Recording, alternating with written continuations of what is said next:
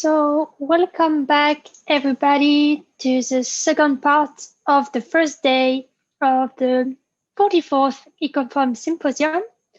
I am just going to wait a few minutes to make sure that all our panelists are here. I believe we are still missing one of our panelists. Hopefully he will be able to join very soon. This afternoon, we will be discussing the question of decolonizing museums with 2 successive panels and 10 speakers.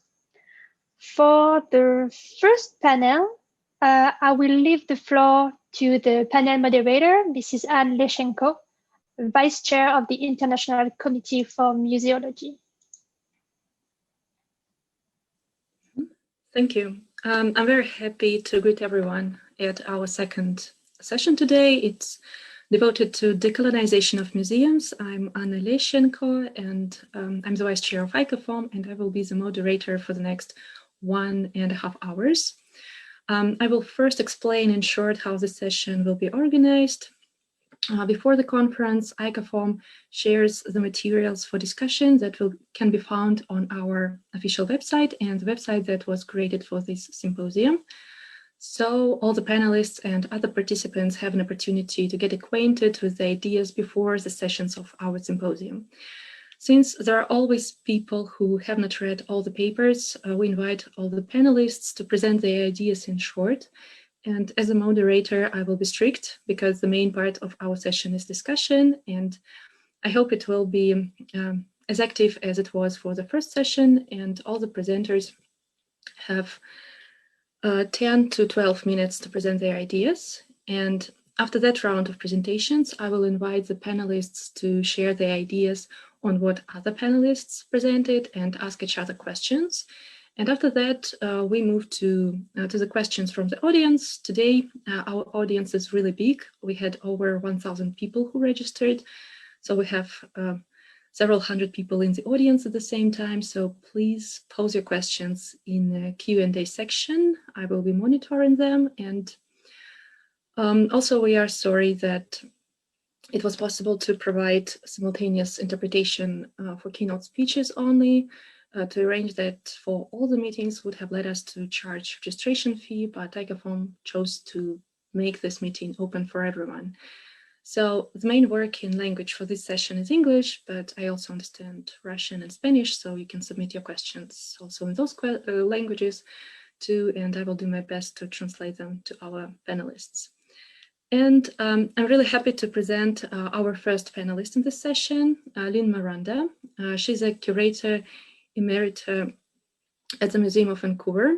She's a fellow of Royal Anthropological Institute, member of American Anthropological Association, ICOM Canada, Council for Museum Anthropology, Commonwealth Association for Museums. And she has also been one of the most active members of ICOFOM, and she's currently one of the secretaries of our committee. So, dear Lynn, we welcome you. Thank you very much. Can you hear me? Yes. Okay. What I'm presenting today is an adjunct to my paper entitled The Politics and Decolonization of the Museum Enigma, which appears in the materials for discussion for the symposium. The subject of this symposium is in keeping with the situation museums face in Canada, since immigrant populations share the land with the descendants of those First Nations peoples who were here long before.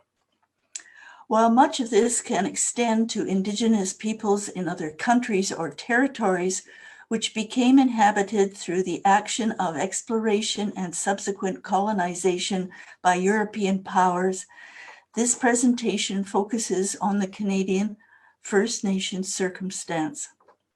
Such territories were not discovered by Europeans because the then extant inhabitants were already here, and this term is offensive to their sense of being.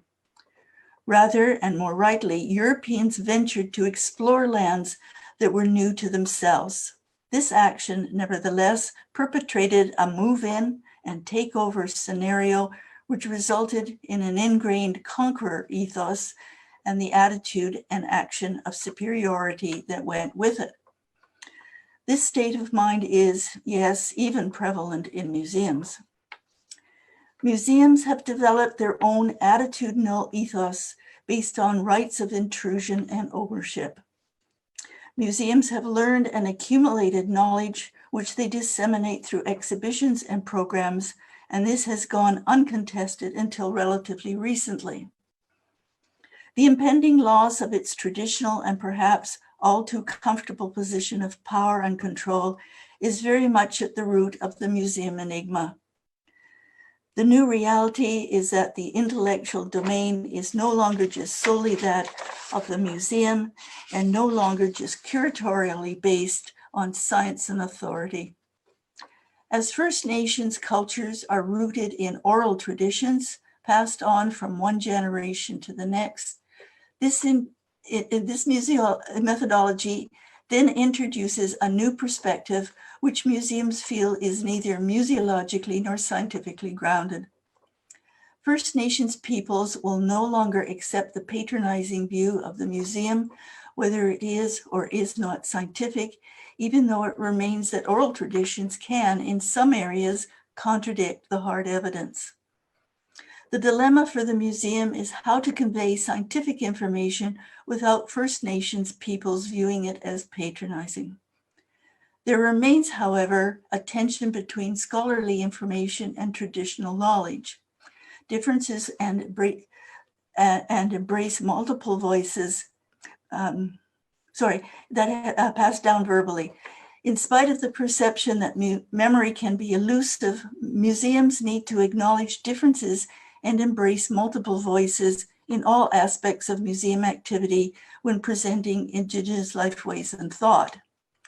It also needs to be borne in mind that each First Nations is unique to itself and can therefore differ widely from others.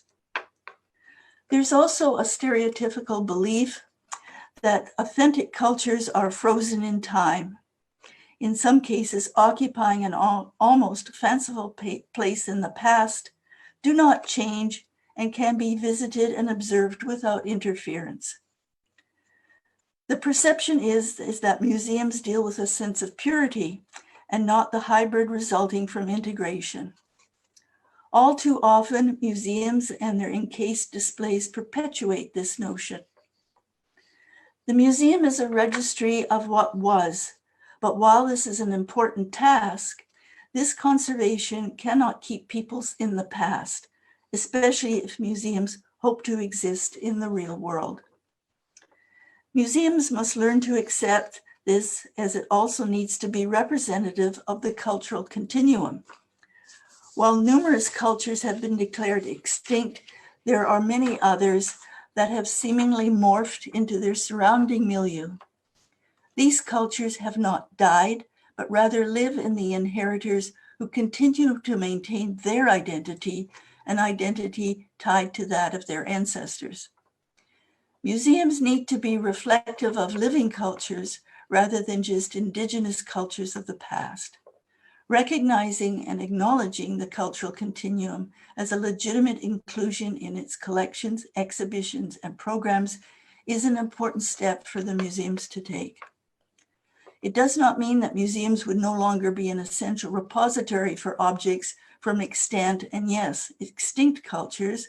What it does mean is that the museum needs to become more in tune with modern times, and to achieve this, there needs to be a shift in ideology to allow for the contemporaneousness of museological thought and action. The museum must shed its proclivity for what it considers to be real or authentic cultures and accept the fact that cultures change, and out of these are born hybrids, which themselves are as diverse as the milieus from which they originated. This would be a big step for museums to take to overcome their resistance to letting go and to become what they have never before imagined. Museums are a product of the age of discovery and have been comfortable in that role. In fact, the museum's approach to itself is a colonizing act, and requires a change of mindset which needs to come down to such simple, basic human values as perception and attitude. First Nations peoples will no longer accept being marginalized or shut out of the museum sphere. They now demand equal access to museum collections and the right to interpret these through their own eyes.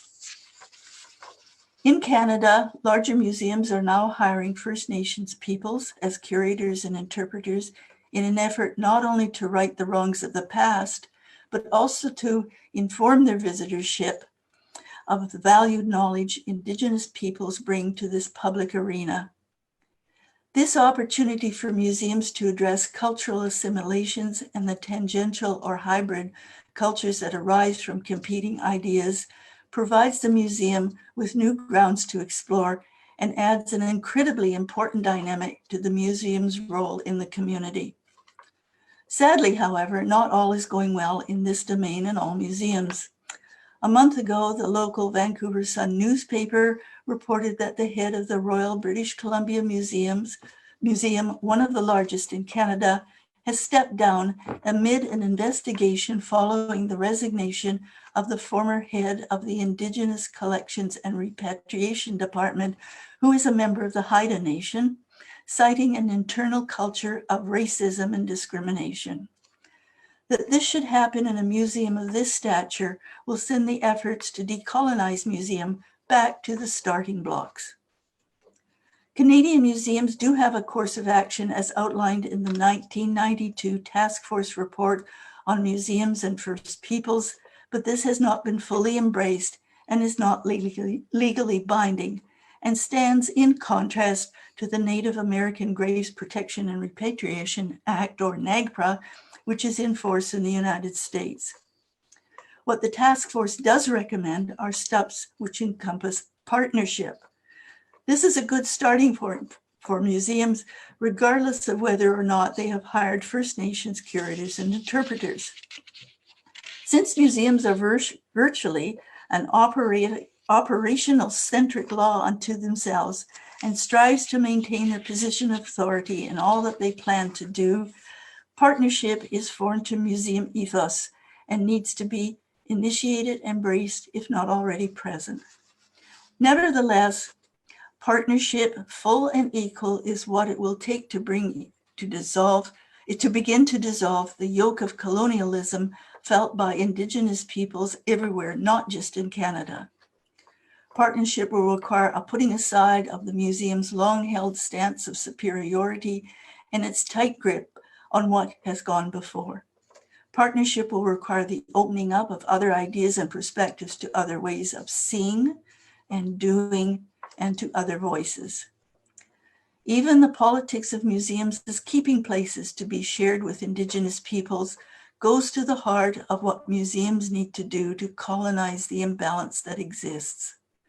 The closer the interaction, the greater benefit for both demographics, equally sharing the museum sphere.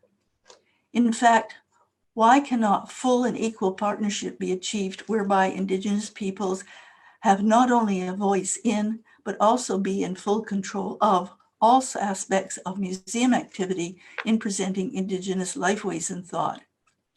What would happen if First Nations reconquered Canada?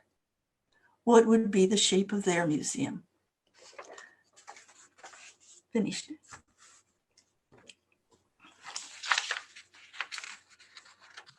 Thank you, Lynn. This was a fantastic input into the topic of decolonization. And one of the presenters, Vinícius Monção, was not able to join us today, but he sent us his pre-recorded presentation that we will see after I present him. So Vinícius Monção holds a PhD in education, is linked to the University of São Paulo, where he develops research on the transnational perspective in history of education. He has been actively involved in discussions about education and museums for over 10 years. And he's also currently a member of the board of ICOFOM for Latin America and the Caribbean. So now we're going to watch his presentation.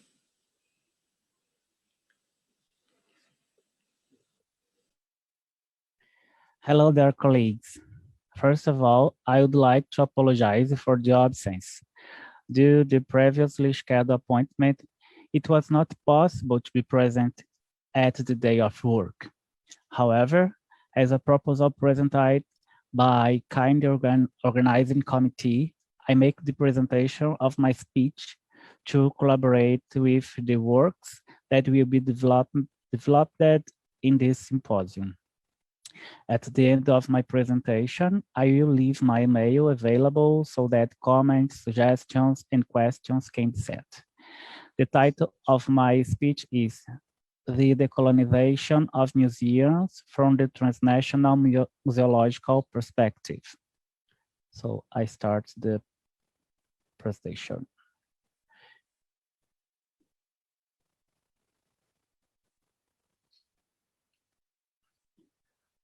Well,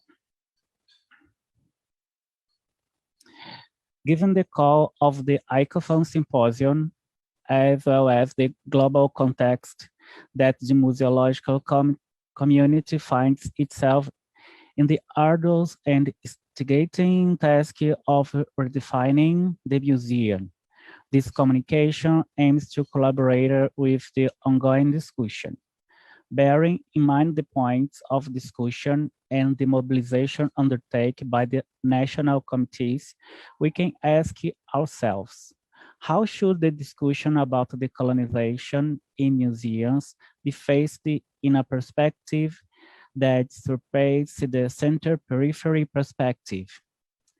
Facing the issue of different crossing and question placed on the agenda of our community, this presentation aims to tackle the theme of decolonization of museology, museums, and myths of origin from the transnational perspective in order to overcome the various borders and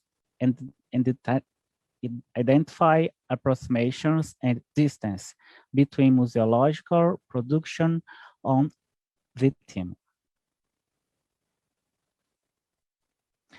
Think about museology from transnational perspective is based on the inspiration of theoretical methodological movement existing in the field of history, considered as a perspective and approach that contributes to think about the transit of ideas, knowledge, and museological models for an overcoming of the notion of geopolitical borders and the paradigm of unilateral transfer imposed by the modern and colonial structure. Acting on the transnational perspective is complex because it requires thinking about the objective of analysis in consideration of the real and imaginary space that surrounds it, international connections, technologies, process, and forms of local organization in contact with the international. Of the difficulties, some authors point to the need to shift from methodological nationalism, which has its origin in the modern model of social organization and formation of nation states, which is used as a unit of work, starting point, and arrival for this analysis that is carried out by field of science, human, social, technological, and other diverse ones.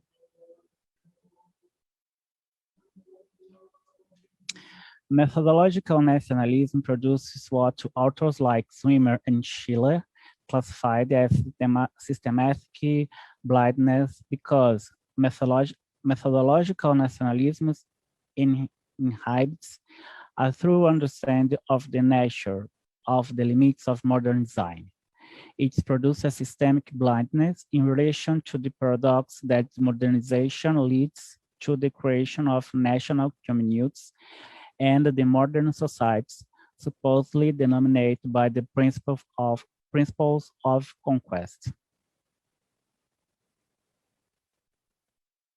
In this sense, Vidal considers the transnational perspective as a possibility to overcome the paradigm of modernity, and its product is epistemic blindness, The author agrees that the permeabilities existing in social, political, economic, and cultural exchange and relocation to the museological context, we can think of the miscegenation of museological process on international scale that feedbacks into the institutional experience scattered around the globe.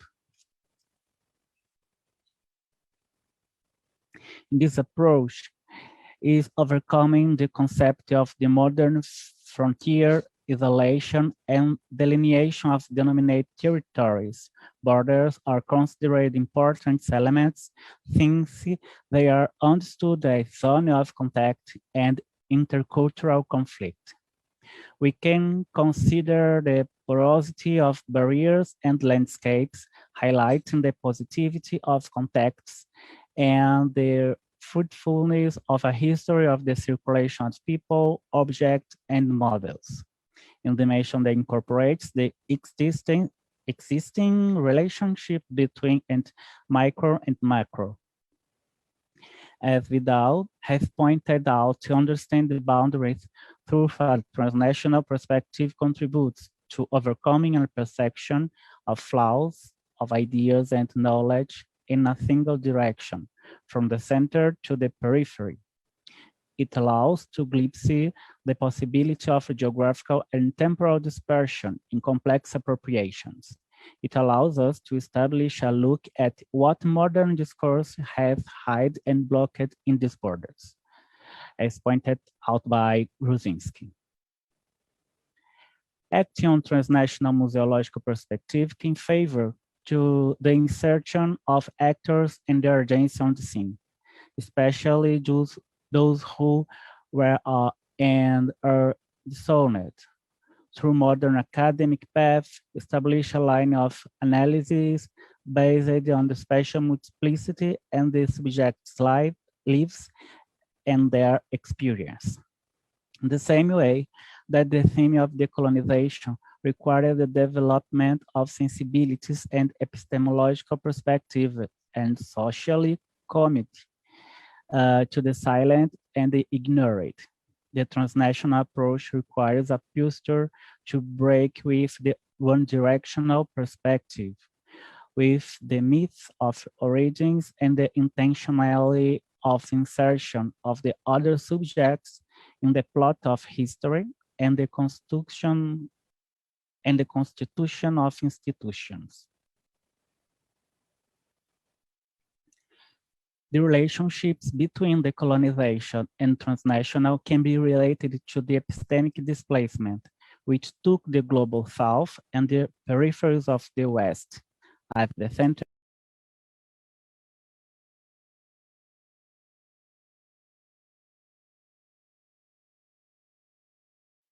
Colonial, and what has it produced?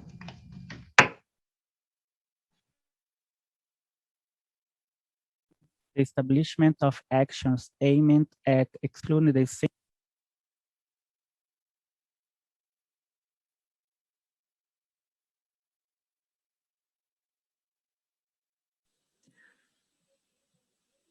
I think we're having technical issues.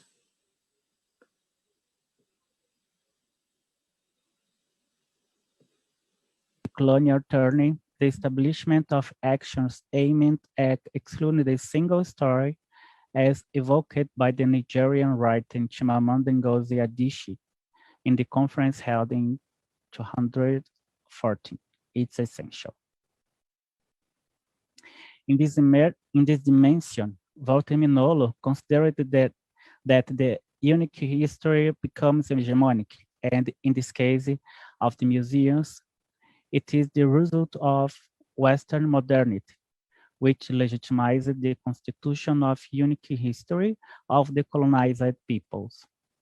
Following the direction of the construction of the other stories, the author makes a brief analysis about the creation of some states' museum, in particular, the Museum of Islamic Art in Doha and the Museum of Asian Civilization in Singapore, that even as state experience operated in the trajectory of the westernization, as they seek to narrate their origins and inviting their own traditions. Moving towards the end of this speech, I would like to leave you an invitation for reflection. Although the transnational approach seeks to overcome the center-periphery perspective, considering that in fact there is an erasure of the circulation of subjects, knowledge, and artifacts in the world, we need to face the silencing and establish the dynamics of decolonization from a perspective that considers such dynamics beyond the division between global north and south, in search of overcoming a possibility dichotomous and dual perception. Even though the museum is an institution developed and fostered in the modern era and has been taken over by national states in their modernization and colonization projects, they have a transnational dimension. However, the trajectories and development of this institution, as well as of museology as a field of knowledge production, are not unique. In this sense, think about museology from transnational perspective can result in an important movement to identify how the classic theoretical and methodological bases were implemented in the territories scattered around the world, which surprise the perspective of implementation for appropriation and adaptation, and how such dynamics can influence other forms of configuration of museums in museology. Thank you for your attention, and this is my contact email. Thank you. Obrigado.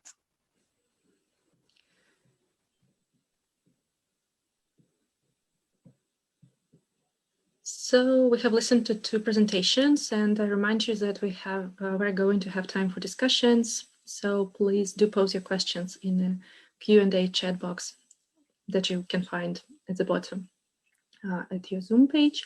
And our third panelist is Lynn Lee. Lynn Lee is a graduate student in the Master of Museology program at the Amsterdam University of Arts, Rijnwaard Academy, and has 2 years of work experience as an event planner in one of the museums in China. I'm sorry, I'm not sure how to pronounce this word in Chinese, so please take the floor. Let me share my screen.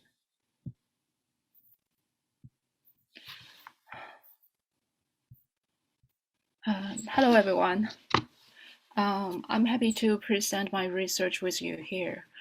And through the lens of repatriation, I explored the situation of decolonization in China and tried to review the complex relationship between the Chinese government, museums, and the public. After the analysis of 16 in-depth interviews, I found that firstly, repatriation has nothing to do with decolonization in China. Secondly, the Chinese people's attitude towards repatriation doesn't follow the spirit of diversity, inclusion, and equality. Finally, Chinese museums are not moving in the direction of decolonization.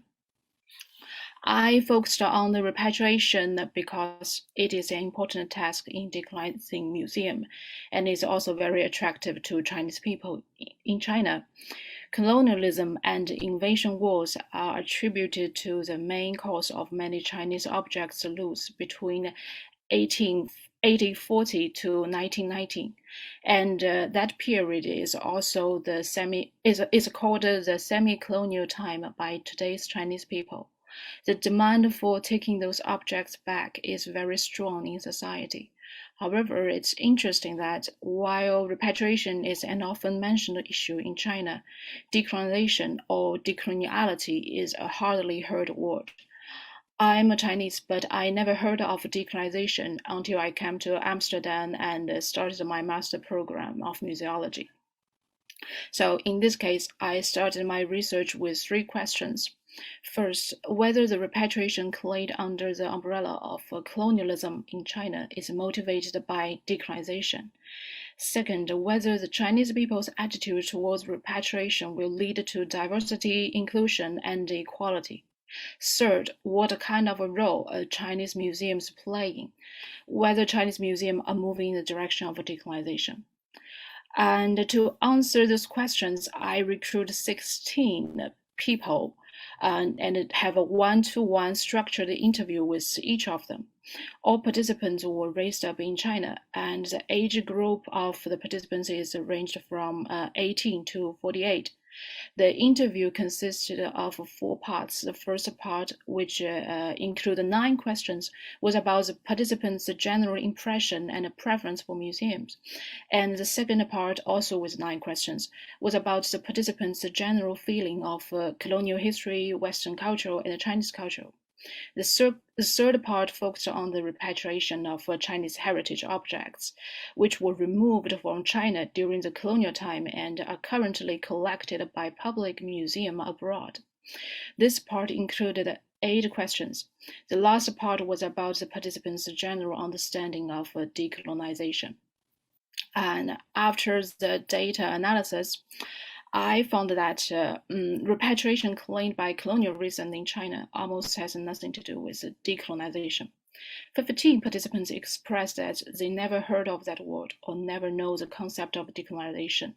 Most participants did not link decolonization with repatriation or museums.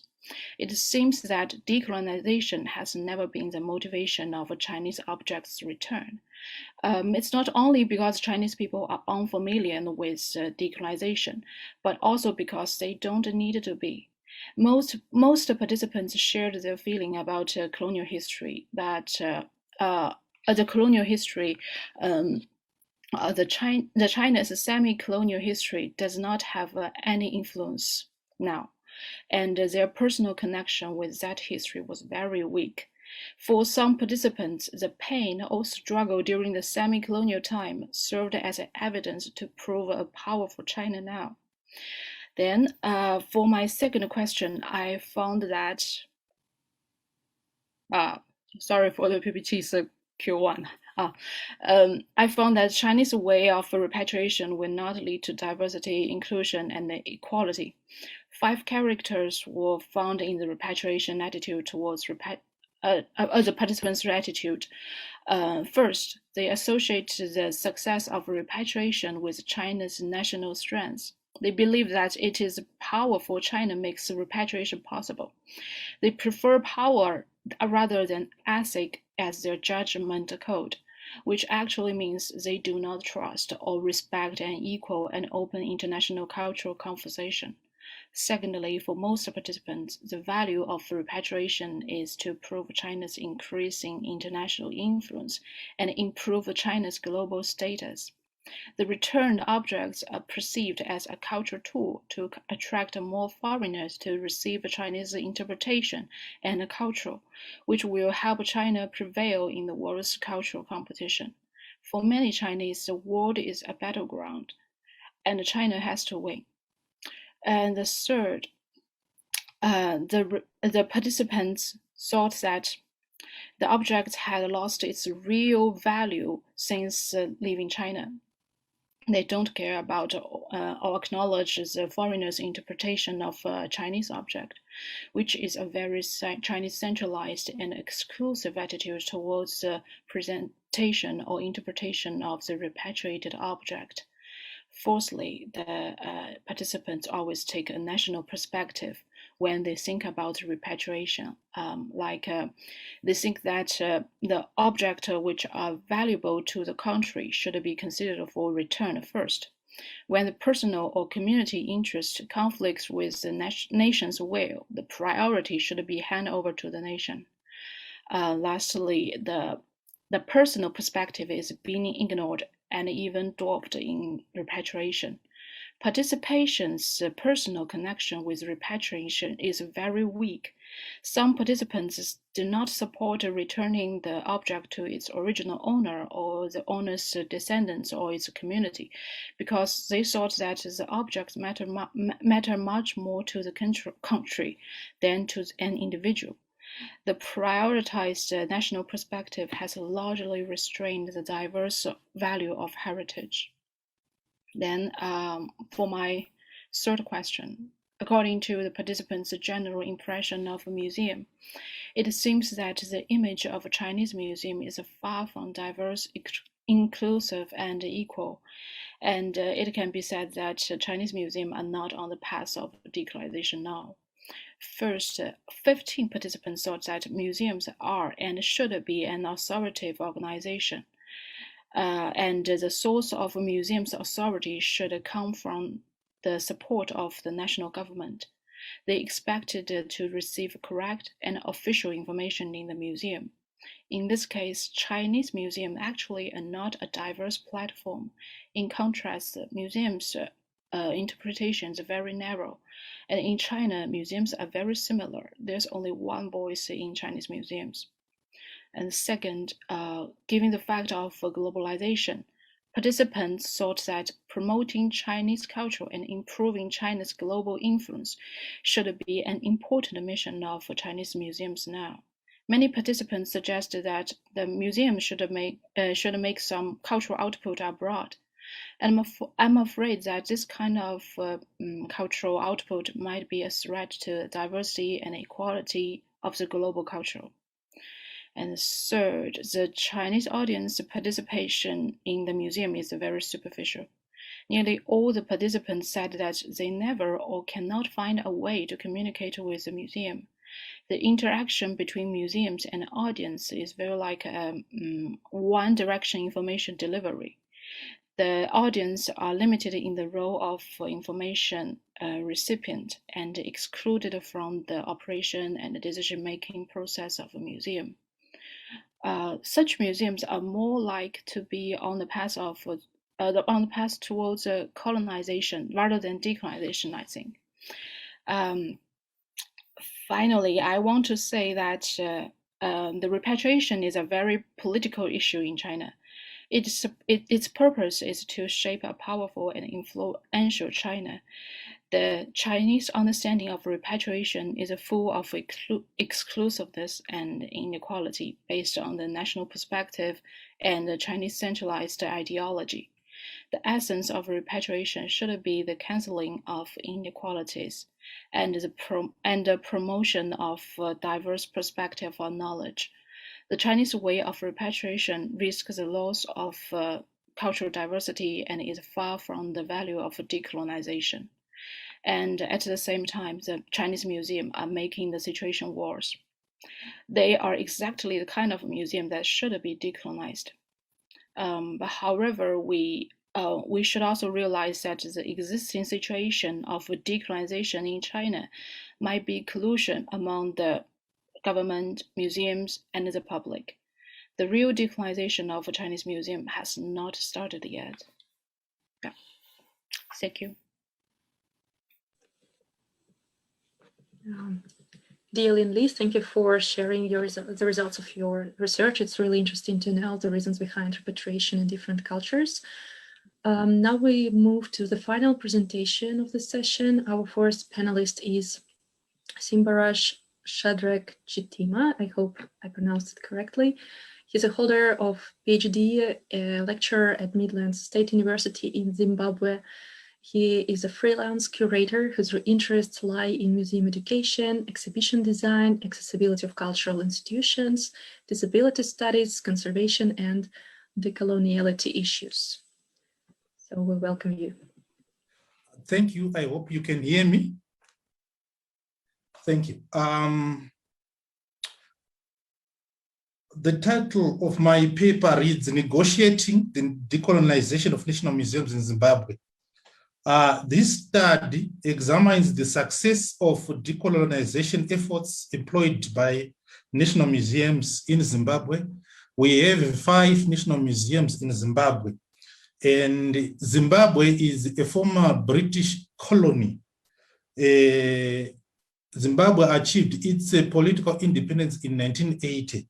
So museums national museums are a colonial inheritance. So 40 years after independence, museums are viewed by Zimbabweans as still subscribing to the Occidental narratives, the Western museology. The study reviews that national museums since 1980 has attempted to, or has expended effort to decolonize museums, national museums. And this includes renaming museums, refocusing some of the displays, improving physical accessibility, as well as putting effort to work with local communities through different initiatives. However, the study gathered that the few displays that have been refocused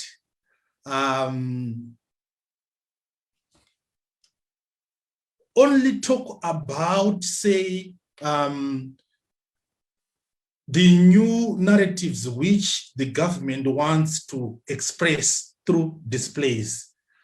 So what is happening now is that the majority of Zimbabweans look at the permanent exhibitions in national museums as wholly perpetuating colonial narratives. And also the few narratives, the few displays that have been refocused are being used by the government to speak about the post-colonial narratives, hence perpetuating the authorized heritage discourse. So the government has also given equal employment opportunities to all Zimbabweans, which was unheard of during the colonial period. Even access to museums has also been widened.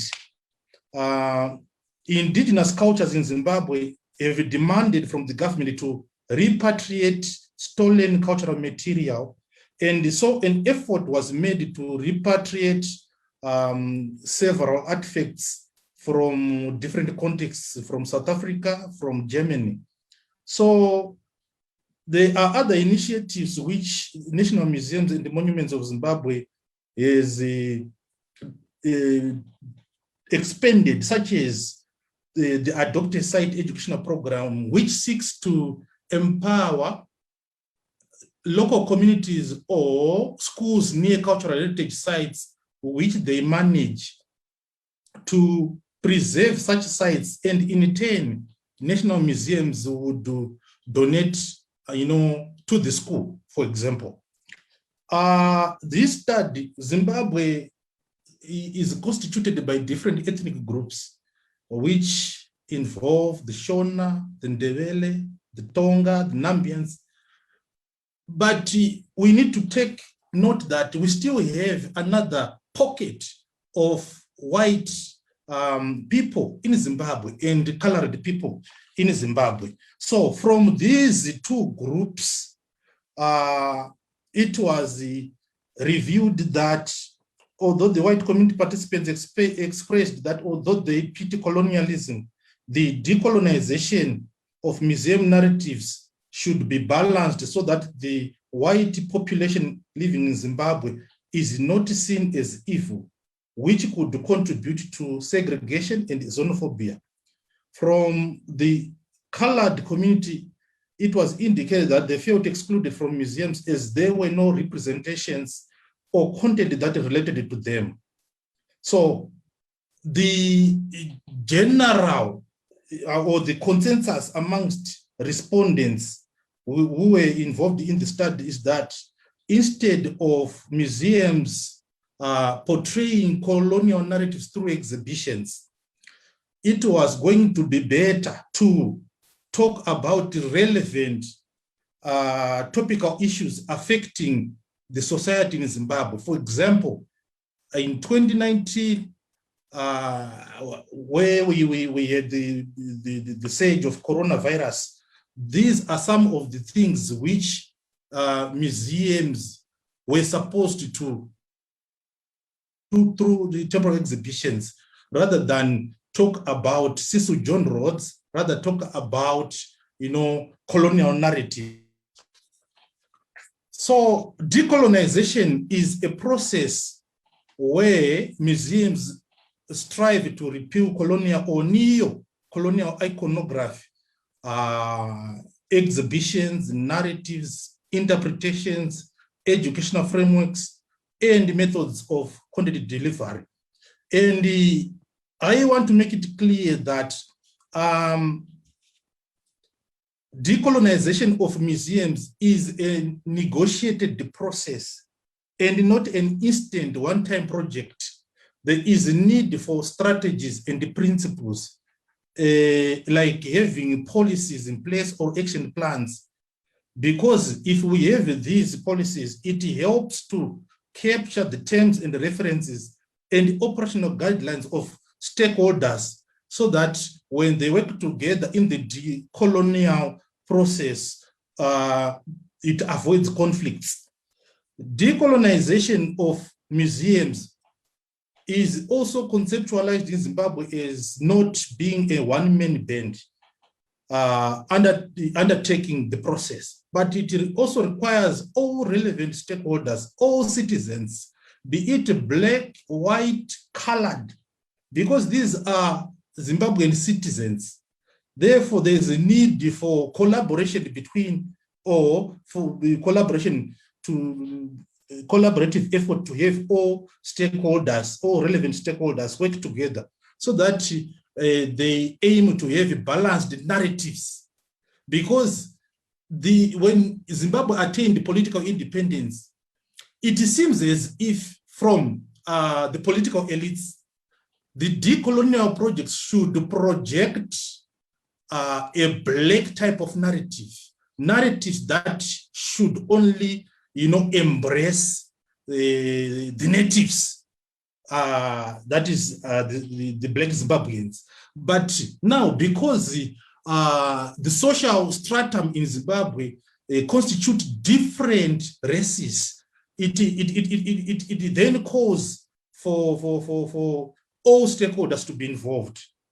There is also need to do away with the Western type of educational policy, or let me say a restrictive type of educational framework, which continues to be used in museums, which also grounds the educational programming. This framework is behaviorism. Behaviorism is an educational framework that may be very suitable in formal class or in the formal school. But when it comes to informal learning settings like museums, it ceases to apply. It is restrictive to learning. Hence, museums are encouraged to embrace other frameworks like the socio-cultural framework. There is also need to redesign exhibitions. Current exhibitions, as I rightly pointed out earlier on, the majority of permanent exhibitions in Zimbabwe portray colonial narratives. The interpretations that are in place make use of jargon, and museum displays take form of cabinets of curiosities where artifacts are piled in a display. So this affects how visitors, current generation of visitors, use and access, displays and museums at large. There is also need to make use of diverse languages in terms of interpretation. The captions so far make use of scientific language and jargon. So it was recommended, or through data gathering, it was recommended that museums should also embrace, indigenous languages so that everyone manages to access, displays. My last point is that decolonization of museums, this point is closely linked to the educational framework. Museums are expected to make use of active methods of content delivery. Currently, there are two forms of content delivery that museums are employing. One, the guided tour. Two, study sheets. These have been seen to be very restrictive because, for example, if we take the guided tour, people have been subjected to the biases and the pre-trained knowledges of tour guides. So this is restrictive to learning. So in conclusion, I would want to say decolonization in Zimbabwe, decolonization of museums in Zimbabwe is conceptualized as doing away with colonial exhibitions, doing away with the colonial mentality. But at the same time, again, museums are expected to maintain a balanced, type of narratives through exhibitions, which will avoid the recolonization of the colonizer. Thank you very much. I'm done. Thank you. Thank you, everyone, for your great and insightful presentations. We have heard perspectives from 4 different countries on 4 different continents. And so please write the questions to our panelists in the Q&A section. And while we're waiting for the questions, I would like to ask the panelists if you have any questions to each other. We have 2 Lynns today, so I'm sorry, so I will also add your last name so that we could understand to whom I'm asking the question. So Lynn Miranda, do you have any questions or comments? No, the only comment that I have that comes right off the top of my head is how often governments are intercede, and whether it's a colonial government or whether it's a Chinese government, but it's always that kind of overriding. And I mean, it's the same in Canada. There is a link there too, because governments fund museums, or there is money going from governments to museums. So museums tend to think that they have to comply with the source from which their funding is coming. That's in Canada for sure. There is that link. But it's interesting how governments are always omnipresent in whichever circumstance the museums are. That's just a comment from me. Thank you. Lynn Lee, do you have questions or comments?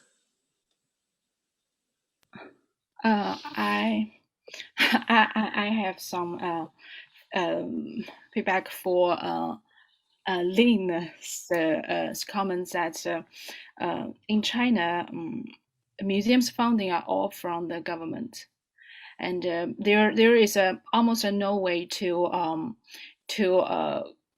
raise money from the from society. So I think that's the main problem in China. So the museum have to say the things that the government wants them to say, and the government wants the public to hear, to know, and also, and for the I mentioned in my presentation that China called itself also a colonial, has a colonial time, but the word that semi-colonial time is not accepted by the, I think it's not accepted by the whole world, by the other people. So but nowadays every Chinese people have already accepted that story. So yeah, that's the main problem in China, and in dealing with repatriation or decolonization. Yeah. Thank you. Simbarashe, do you have any comments or questions? Thank you. I think I saw a question pertaining to the importance or the value of indigenous knowledges in the decolonial project. Indigenous knowledge systems are very important. Once museums start the decolonial project, there is to collaborate with all relevant, local communities, and the local communities provide, indigenous knowledge, which may assist, in museum operations, which may assist in curation and exhibition design, where we would be able to achieve an ideal balance in terms of having, narratives and interpretations. So indigenous knowledge systems are very important in the decolonial project. We cannot do away with them. Thank you. Mm-hmm. Thank you. So we are receiving questions from the audience, and the first question is from Elizabeth Joy. She writes that the ex-CEO of the RBCM, who left after Lucy Bell's resignation, is still the president of the board of directors of the Canadian Museums Association. Does this not damage the credibility of our national organization and the members of the board, and by association their institutions, on their commitment to decolonization and to following the recommendations of the TRC? I think that's a question for Lynn.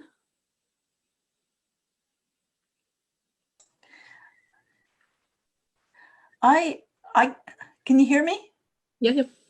I got the feeling that's a statement as opposed, what is the exact question? Does it not damage the credibility of the national organization? Oh, yeah, I would think so.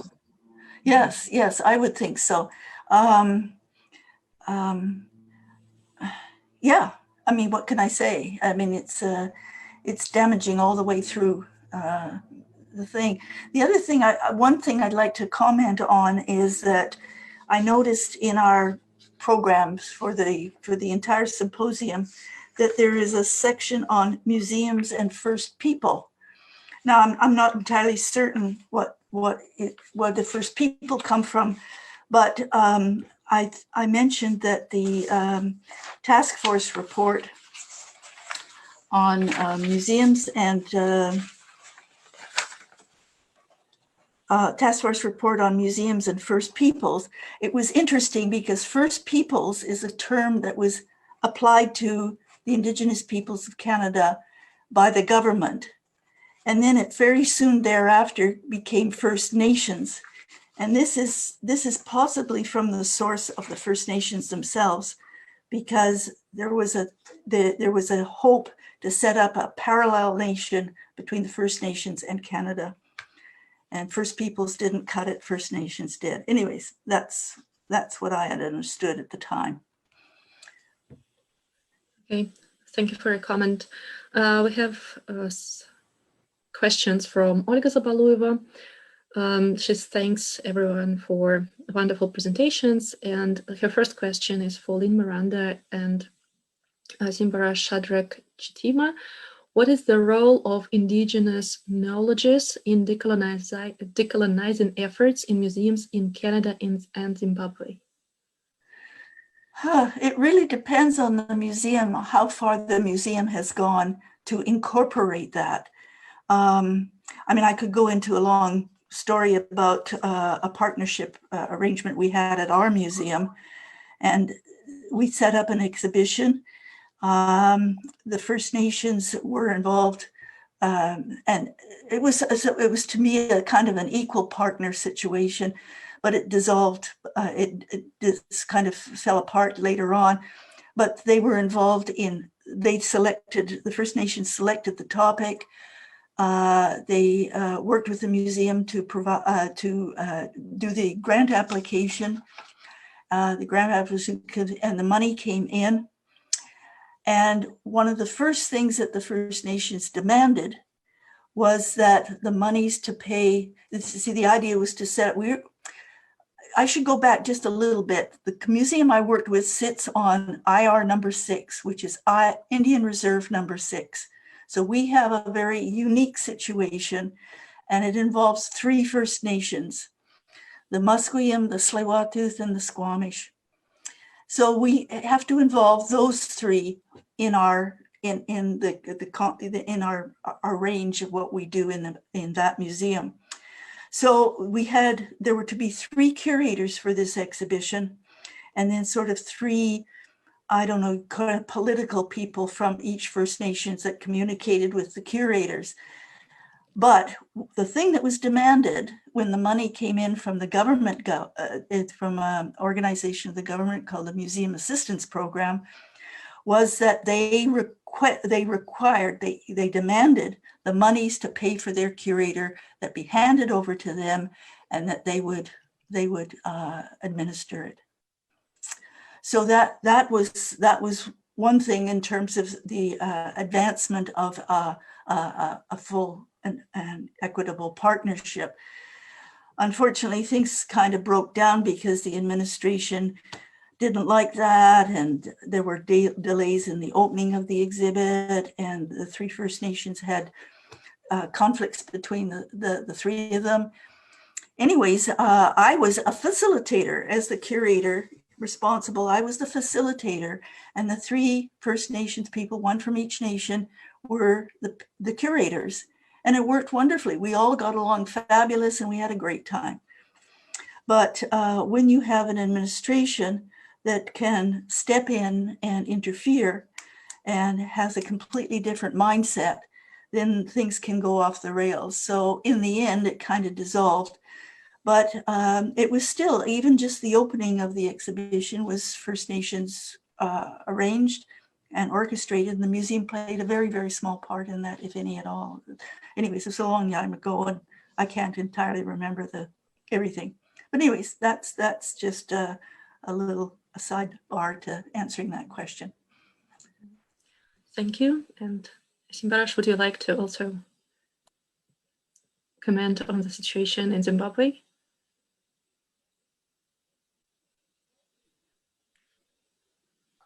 I think Lynn has managed to say much about that area. If I comment, I'll be repeating. Okay, I see. So the second question from Olga Zabalueva is for Lynn Lee.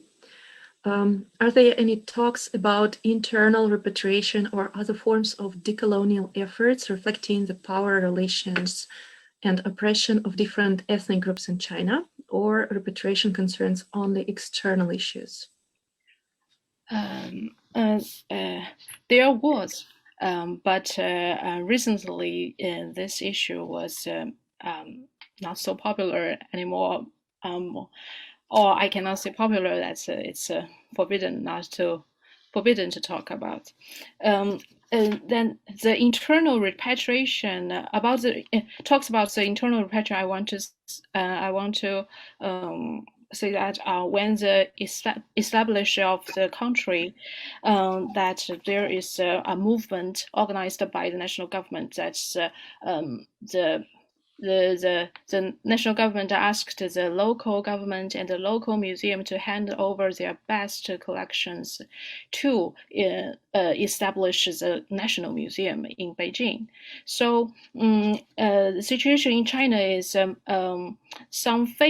most famous objects are now in Beijing in the national museums, and are not in its original site. Or the original, or the museum of the origin, and for most Chinese people now that they are also have some protest on that issue, because it makes them very inconvenient to see these objects.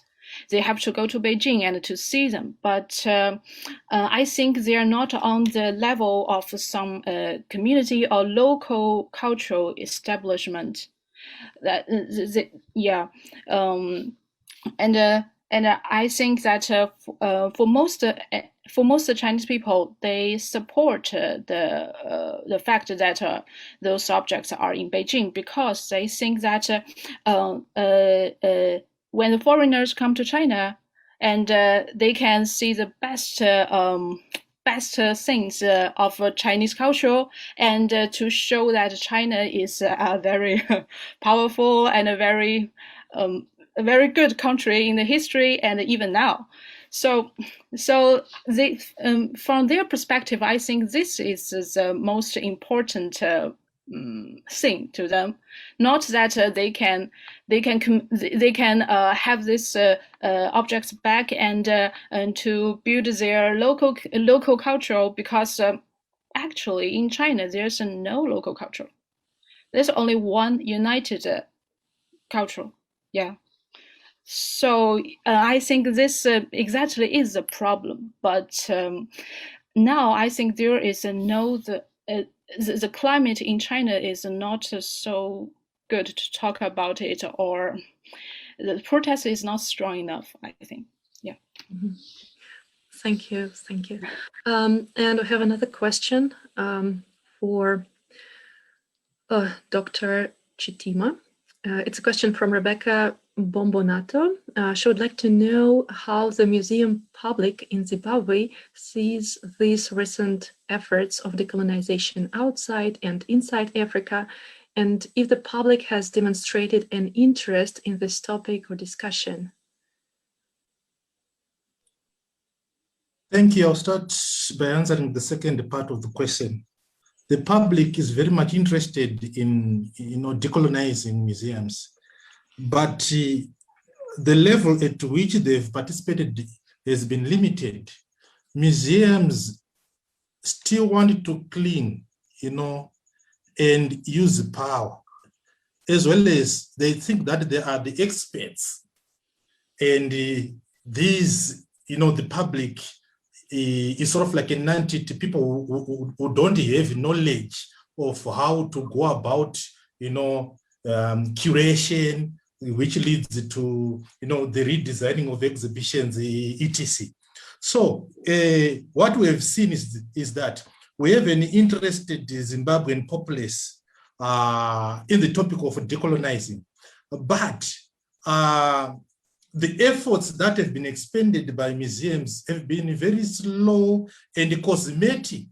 For example, simply renaming a museum or a gallery, whilst at the same time still having, an exhibition that we have seen even, the initiatives that have been done by curators to involve local communities, but the level at which the public has been participating of late has been very limited.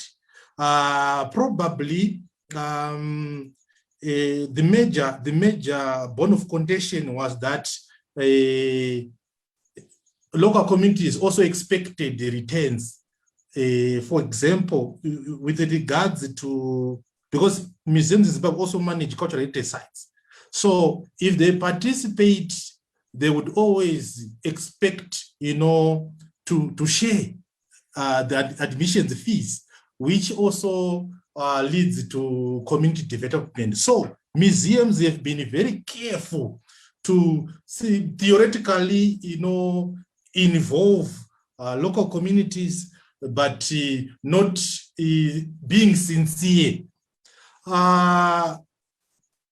Many Zimbabweans have here or even different museums outside Zimbabwe who have really tried to decolonize their operations, exhibitions, etc., etc. But now the problem is museums still live in the colonial shell, and they think that they are the only experts in the fields of curation, conservation, etc., etc.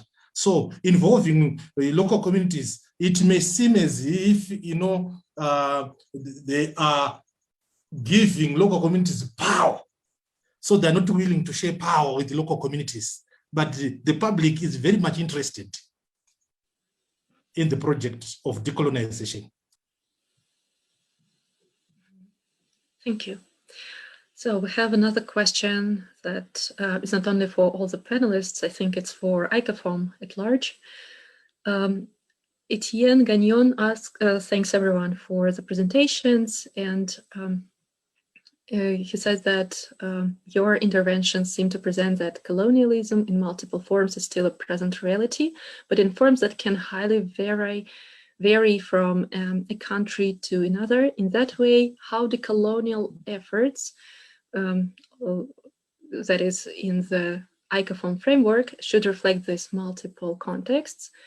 Is it even realistic to come up with one decolonial approach?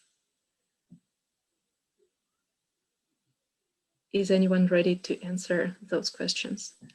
No can do. That's my answer to that. There's so many other factors that impinge upon what Lynn Lee is going through in China, and what our friend from Zimbabwe is going through in Zimbabwe. No, you can't have one. It's all going to be different. And you have to set it at the kind of level and the pace where you're located. That's my response. Okay, Lynn Lee or Simbarashe, do you have anything to add? Yes, I agree with Lynn that there's no one way, because it also because that different country or different region has different understanding of decolonization, and as in China, decolonization is rather like a tour, but maybe in and the Chinese people don't think they need the decolonization, but in some other place, maybe like Zimbabwe, they really need the decolonization because they are in the colonial shell. But in China, it's not like that. It's not the thing that. I think China has never been decolonized, but they like to use this word to describe them, their past. So, yeah, so there won't be one way. Mm-hmm. Thank you. I'd just like to add for Lynn, I think China is in a political shell. Yeah. Okay. Okay, good. Then I move to another question. Simbarashe, as I understood, you don't have anything to add. Okay. Yes. Okay. I just want to say that there is no one fits all, solution to decolonization or an approach to decolonization. It depends with the political and the social elements in any particular context. So if we have local communities that demand freedom, that demand to, greater recognition of their rights, you are going to see a very different type of approach to decolonization. Because in a Zimbabwean context, for example, before 1980, museums were preserved for the whites. So after independence, you are going to see that the majority of Zimbabweans would want to gain, greater access to museums, which may be very different to, an Australian context or a Chinese context. So the level at which or the needs of each particular community or nation differs, and it influences their approach to the decolonial project. Thank you. Thank you. Next question came in French, and I'd like to thank everyone who helped with the translation. Eric Ezechiel from Chad writes, "Good evening, I'm a French speaker. I have a question that is, what is the main function of a museum and how to value our goods in times of crisis?" It's a big question.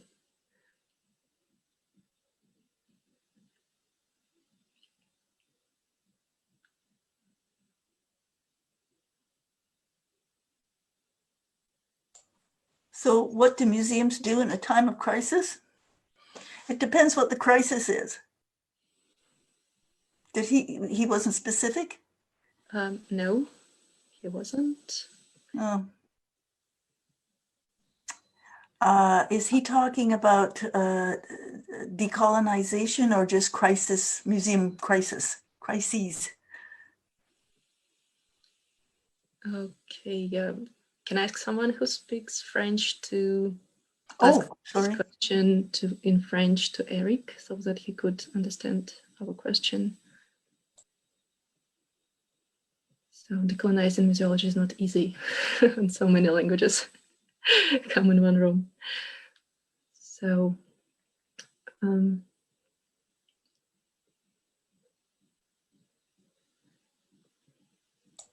I guess our apologies to Eric, since none of us speak French. Yeah, the question is not clear. Maybe, probably, he may be talking about the corona pandemic. It's a crisis, and the museums have been struggling. You never know. So we really need to know what crisis is talking about. But museums have got several roles. That includes educational and being a keeper of history and heritage. That purely talks about conservation, as well as, now, besides keeping, museums also serve the purpose to portray, communicate, and display for public consumption that material. So museums are very important. If only we knew the type of crisis that he wants to talk about, we were going to be, to relevantly answer him.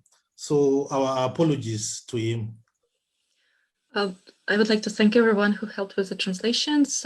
Eric already answered that he was talking in general about this pandemic crisis, that the museums got closed. Yeah, how to add value to the museums. Well, actually, I think the museum that I worked with is open. So they still have people coming in, I guess. I don't know, I'm not there anymore, but I'm assuming if they're open, they welcome people into their exhibitions. And I guess they have money coming in too, which is good. That's about all I can answer, especially if it's just related to COVID. Yeah, thank you.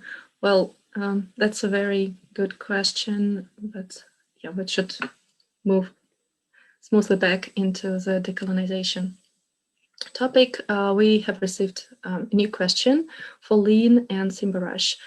In various modes of community, in various modes of community consultation and collaboration undertaken by museums, how can curators achieve more ethical collaboration in recruiting community members as representative of a community, being more mindful of internal power structures in them? And how can such consultations and collaborative processes be more grassroots and inclusive rather than being mediated and controlled by elite members of a community? So the questions are long, but you can all find them in questions and answers. So I'm just commenting to the panelists. They are in the tab that is called Answered. They're transferred. So. Yeah, well, it's interesting because here, the First Nations they have their own government, and they're very protective of it. And they don't welcome people just wandering onto the reserves and so on and so forth. The reserve I mentioned where the museum sits was vacated in the early part of the 20th century. And there was a Squamish First Nations community there. And they just decided to put these people on a barge, and they barged them to North Vancouver and offloaded them. And so they have reserve over in North Vancouver. So it devolved to the federal government and the Canadian Pacific Railway. And then it was used during the Second World War, it was used as a military base. And then the centennial for BC came along, and or was it Canada? I can't even remember now. And they decided to put up a museum. So our museum that was downtown moved out to this area, which sits on this ex-reserve. Anyways,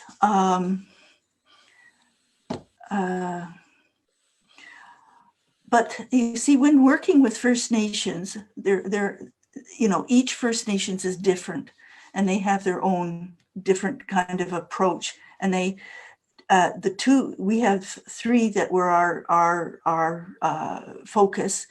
Two of them speak the same language, Hakamelam, and the other one speaks Squamish. And so the two Hakamelam speakers are a little bit closer together than the Squamish speaking group. And there is a bit of a rub there. So, I mean, you have to take everybody and their opinion at the value that they give towards you. Sometimes it's not easy, and sometimes you have to observe their protocol. And it was the Squamish that demanded a protocol agreement before we started the exhibit, which involved all three First Nations. And the protocol agreement, it indicates how the parties are going to work together. And until that's done, nothing happens. The other thing with, I think that I know there was in our situation, our museum, that there was there were a couple of problems with subsequent inclusion of First Nations into projects. And one project was a supposed exhibit on Stanley Park. Well, First Nations did inhabit Stanley Park in many years past. And unfortunately, by the time they wanted to call First Nations in, all the plans had been made, and they just wanted to, it was more of a token gesture on the museum's part, which was really unfortunate. Because the First Nations are now demanding that they're involved right from the initial concept stage, from the initial idea, and they want to be part of that idea and to make some comment about whether it's a go or it's a no-go. So it comes in all different kinds and sorts. Mm-hmm. Thank you, Simbarashe. This was also directed to you. Okay, there are misconceptions, among some museologists that because the decolonial project has been highly politicized, and now whenever museums try to engage local communities, in Zimbabwe, it has been observed that the traditional leadership is the only group that has been involved in consultations and collaborations, which is very exclusive to the majority of local communities or indigenous people in a particular area. So there have been several contestations, particularly like in the Zimbabwean context, the Batonga Community Museum, where local communities have actually demonstrated against the museum for just, involving the traditional leadership, the chief and the headman, etc., at the expense or not including, the ordinary community member. So in short, what I can say is that the best way to go about this is probably to have seminars, museums, having seminars where they invite everyone. They can have, different type of fora, conferences. And this has also worked wonders where the Zimbabwe Museum of Human Sciences held a seminar with different ethnic groups to talk about Ngundu, a very interesting type of artifact in this way. They also discussed its origin or provenance and the owner, So the ordinary community members can also be involved in museum work through being made, tour guides, for example, depending on the type of museum, depending on the type of the cultural heritage site or institution. Ordinary community members can be employed, or they can be invited to be tour guides. In cases where it is possible, there is need to embrace the idea of living heritage, and that will make ordinary members of local communities to feel included, because when they are part of a living heritage, they act as the transmitters of their heritages, etc., etc. Thank you. Mm-hmm. Thank you. So we have 4 minutes left and still have some questions. The first question before the end that I'd like to tell you is actually directed to Vinícius Monção, who could not join us today, but it might be interesting for different panelists. How does the transnational perspective deals with the problem of the existence of different national contexts, and how to talk about a transnational solution without generalizing specific situations?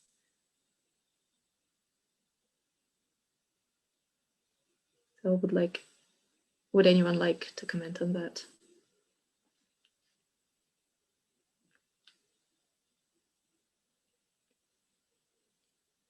So it's a difficult question, as I see. In the chat box, we can see the contact details of Vinícius Monção. So I invite Maria to direct these questions to him, because we all find it difficult to answer. And a question from Jean-François Leclerc. How do museum negotiations do with the reality of splitted governments of First Nations, traditional and bands? And then there is a precision related to this question. I was talking about Canada, but the question of multinational composition of First Nations elsewhere in any regions in the world is another point.